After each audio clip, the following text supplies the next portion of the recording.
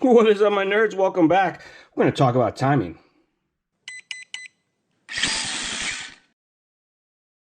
And then we're going to look at the data log information so I can show you the difference in 20 degrees of end bell timing, 20 degrees of turbo timing, and 20 degrees of boost timing. Sound good? Drag racing's become super popular, and there has been a lot more calls coming in, emails coming in, stuff like that. So I figured we were long overdue to talk about timing, and I figured out a great way to do it. I can show you what the timing does in comparison to boost timing, turbo timing, and even the end bell timing, how that affects everything. So this setup has been calibrated. I haven't done anything else except kind of hooked up the wires, calibrated it so it works. And then this is like give or take half charge battery probably. And we're going to hook up to the app and get everything going. So you turn the speed control on, you're going to have the radio on. You go into your settings first. That's the trick to this whole using the Wi-Fi Express. You go to connections, then you go to your Wi-Fi settings, and then you wait for it to come up. I got a real funny IT guy. Then you go to HW link, it'll connect, and then it'll tell you that it doesn't have internet because you don't use the internet for any part of this process. And then once it says that, you go back to the link, and then you're getting ready to get in there. So I'm going to try to hold this up close here. So this is all just going to sit here and be on. First thing, you tap the speed control icon to connect to the speed control. And then the confusing part is where do you go from here? Parameters is where the speed control stuff hangs out at. If you want to look at a log of data records in your phone that it saves, you can do that. You can do a speed control firmware update. And the settings is for the settings of the app itself. We can try to get them to add app settings on there one day. But so go to parameters, and then you can select from the profiles that your speed control has available. If it only has one of them shows up. It defaults to 0 timing. We're going to start there because it doesn't really matter which profile you use. They just come with different, preset stuff inside. It takes a moment to load the data that's inside the speed control. And it's not really loading the data logging, it's just the profile settings. So we will go down here and just immediately we'll go right to the timing stuff. We're not going to worry about anything else because we're just talking about timing right now. Now, timing has boost timing and turbo timing. Boost timing is the timing that allows you to make the motor go faster between an RPM range. So you set a start RPM and a finish RPM.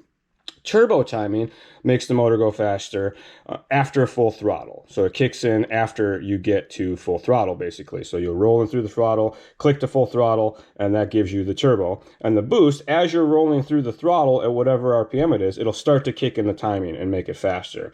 So what I want to do here is change a couple of these settings, and then we can listen to the speed of the motor to give you an idea of what the difference is. So let's start out by adding some boost timing here. We'll say we'll start at like probably 20 degrees just so we don't blow anything up, and we should be able to hear 20 degrees in RPM change. And then, oops, I hit the wrong button. So you go boost timing, and we're going to go to 20 degrees. And then we're going to go boost activation. You can go auto, which the little computer inside will figure out what's going on. But we want to actually, do the RPM triggering. Auto is pretty cool. If you're not sure, you can use that to kind of feather in some boost timing. But I don't mess with auto very often personally. The start RPM is the RPM that's going to start applying the timing. And this motor, this is a 13.5 Bandit. And I checked it before I started all this. It goes about 26,000 RPM full throttle. So we're going to have this kick in at, let's say, 20,000 RPM. So you can get an idea listening to it spool up. 20,000 RPM. And then we're going to have it end at, let's say, 23,000 RPM. So you get about 3,000 RPM range for it to apply the 20 degrees. So when it gets to 20,000 RPM, it'll start to apply a little bit of boost timing. And then by the time it gets to 23,000 RPM, that whole 20 degrees will be in there. It should apply across evenly. So we'll hit save, hit OK, and it should save successfully. Then we go back out of here, disconnect, hit OK, and then we're all done. And now when I apply the throttle, we should get, oh wait, you gotta turn it on and off.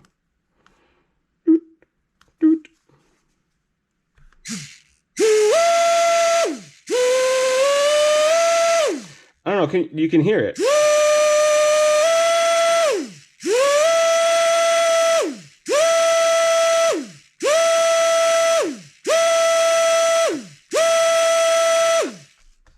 All right, and then we can go back in there and just turn that right back off. Go back down to the timing, and we're just going to turn this off. Go back down to 0.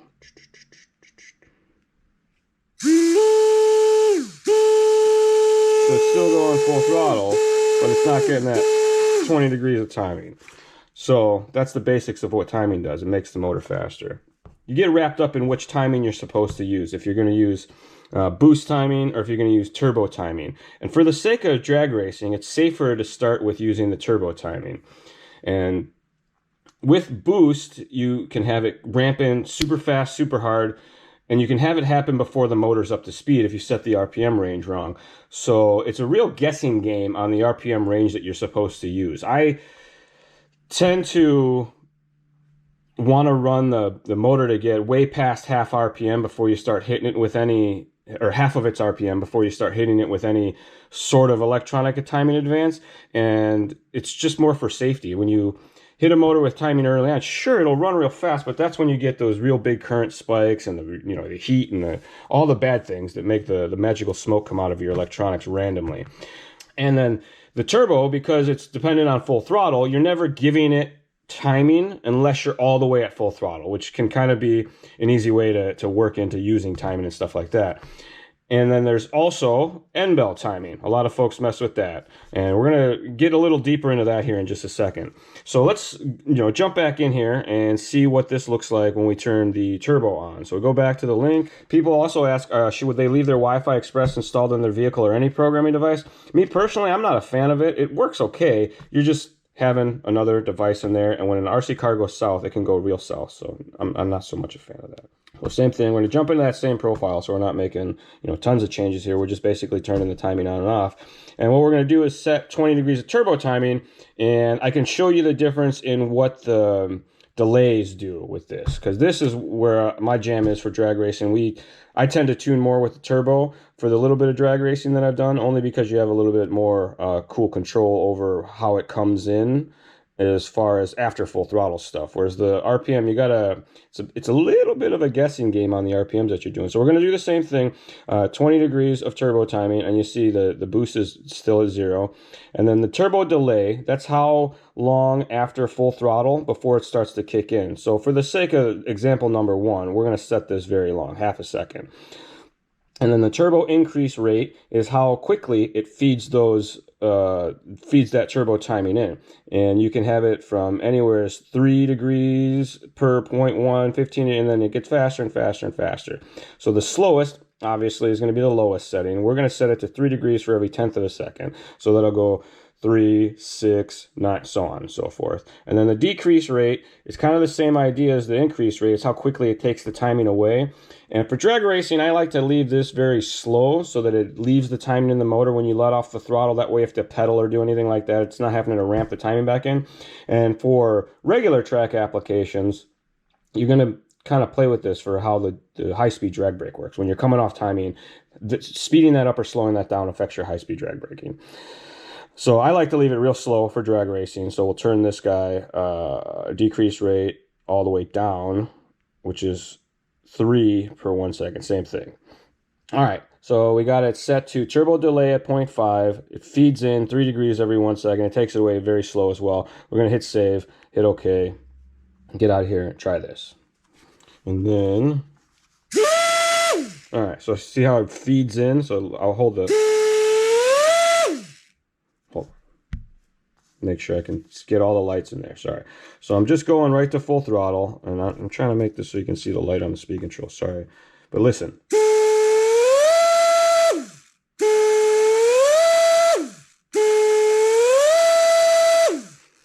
That boost in RPM is the timing, or the turbo timing, doing its work. And you can see how on a drag strip, once you're up to full speed, you get that little jolt out there afterwards. So let's go ahead and jump back in there, change some of those settings up, and then turn them basically to instant.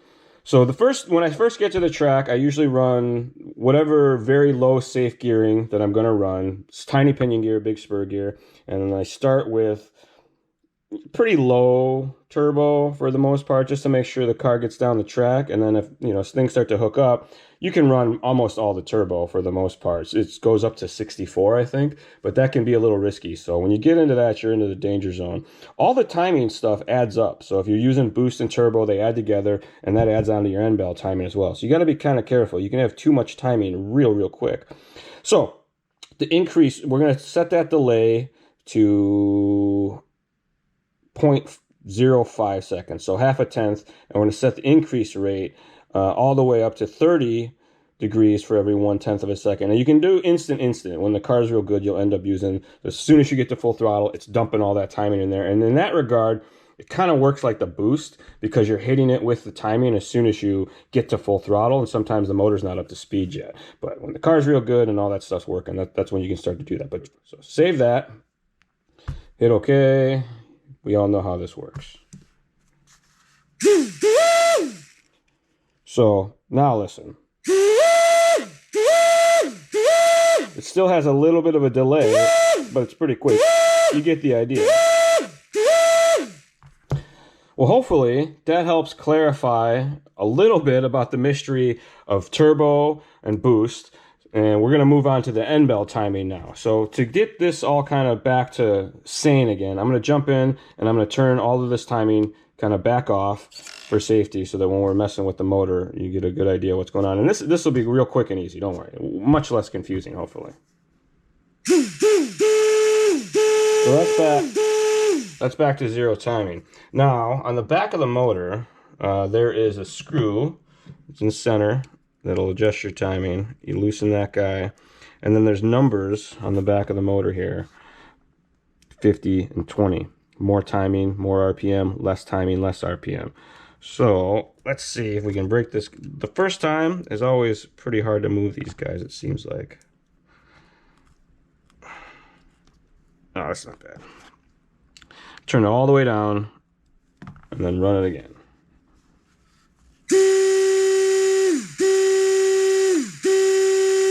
All right, turn it up. This will turn all the way up.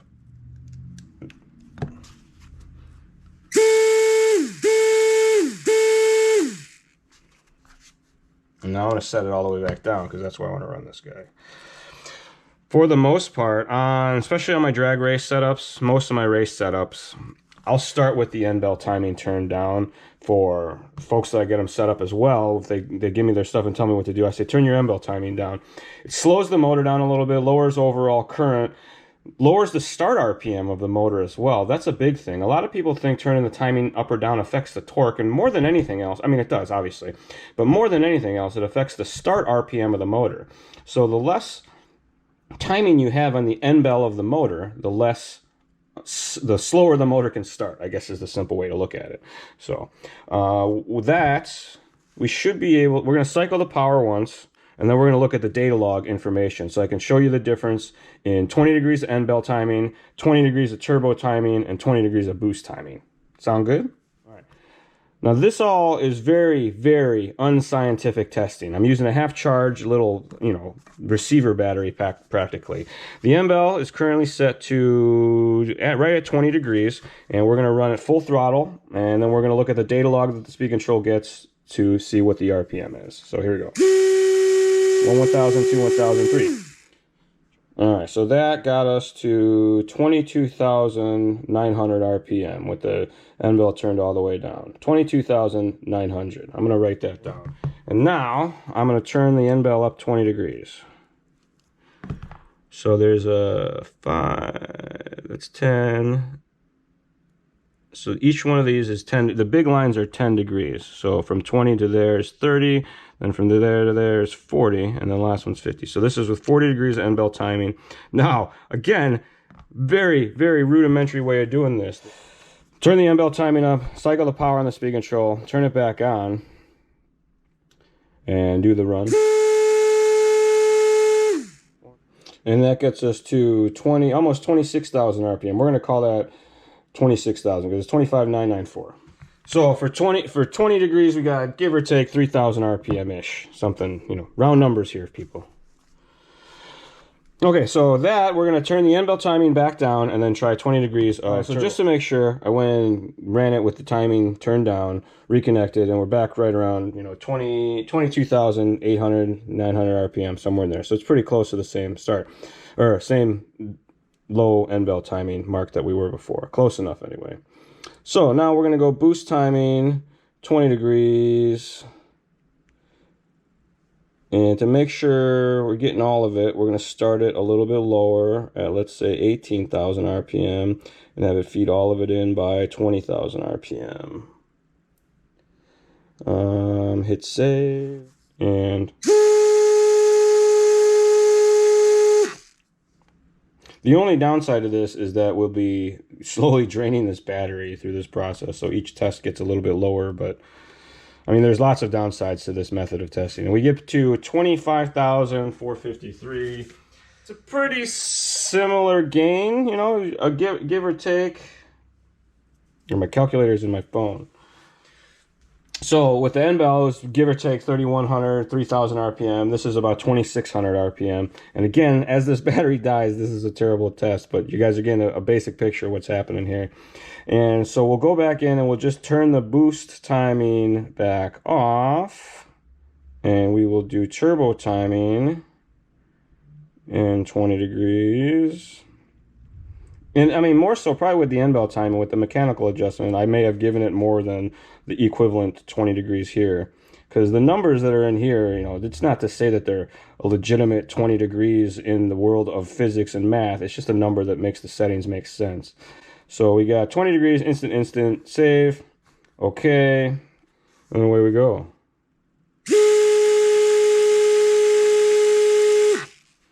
So this was with 20 degrees of turbo timing, and our data record shows 25,390. So we'll call it 25.4. In that regard, the turbo and the boost were probably almost identical from the original, from our previous baselines. They were both at like 25,000, right around 400 RPM. This is 25,390. The other one was at 25.4 something. 453 is what it said. So pretty darn close overall. So end bell timing, turbo timing, boost timing, they all kind of add up together when you use them in conjunction. And you can see that 20 degrees on the end bell, 20 degrees of turbo, and 20 degrees of boost kind of have the same effect on the RPM at full throttle. That's not going to have the same effect depending on how you're geared and set up and stuff like that. So I guess while we're on the topic of drag racing, a few pro tips. Receiver capacitors kind of fell out of popularity. Those are those power capacitors with a plug on them that go into your receiver. Make sure you run one of those when you're drag racing, or doing any racing for that matter. It's just healthy for your speed control.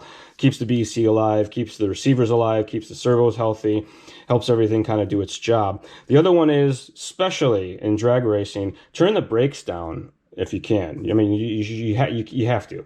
Turn the brakes down as much as 50%, even more, if you have enough runoff room. When you brake a brushless motor, it puts a huge voltage spike through the system, and that can make all those fun stop working situations start to happen. And nobody wants that. So turning your brakes down will definitely, you know, helps keep stuff alive. And then the one I run into a lot with the drag racing is the gearing. My goodness. Big spur gears, little pinion gears. That's the safe way. It's a gear ratio. So the bigger, I mean, most of everybody knows this, but the bigger the spur gear is, the smaller the pinion gear is, the easier it is on the motor. But gearing is a big deal. Big spur gears, little pinion gears. The motor gear is the pinion gear. The transmission gear is the spur gear. So you want to have the larger spur gears in favor of smaller spur gears when you're using high RPM motors. Spec racing stuff, when you're doing normal racing, not drag racing for speed and stuff like that, gearing is a huge topic, and it is in drag racing as well. But I think that motors and setups are very overgeared very easily because of the results that you get, not realizing what it's actually doing to the vehicle.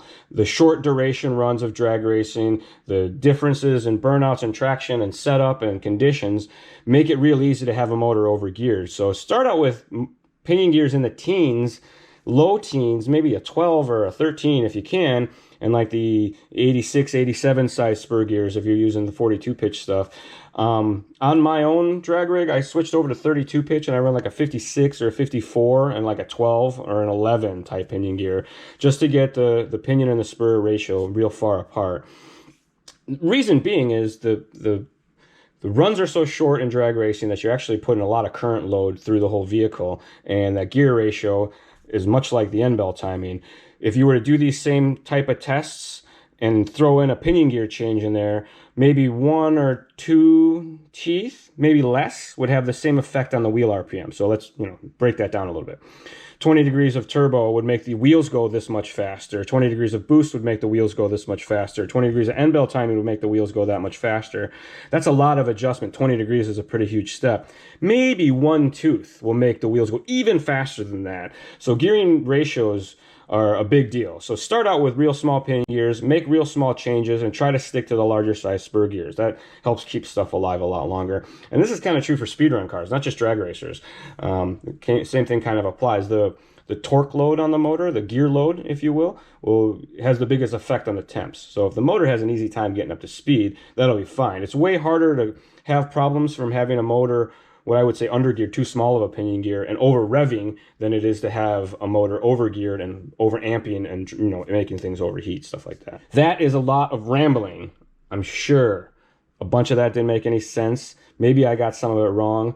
If you have any questions, comments, or concerns, please send us an email, northamerica@hobbywing.com. We'll talk more about timing, no prep drag racing. I got a chance to get out to the races. Hope you guys caught that episode a little while back. It was a great day. Learned a little bit and got me real interested to get back out there and do some more running, testing, and tuning, so that'll be coming up.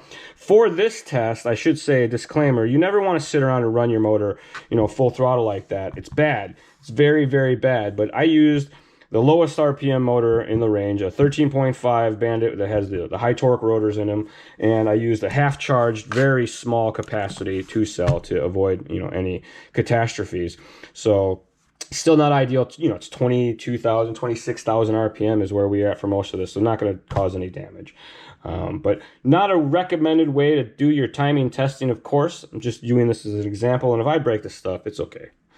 Again, thanks again for tuning in. If you do have any questions, don't forget, drop us an email, northamerica@hobbywing.com. Thanks a lot.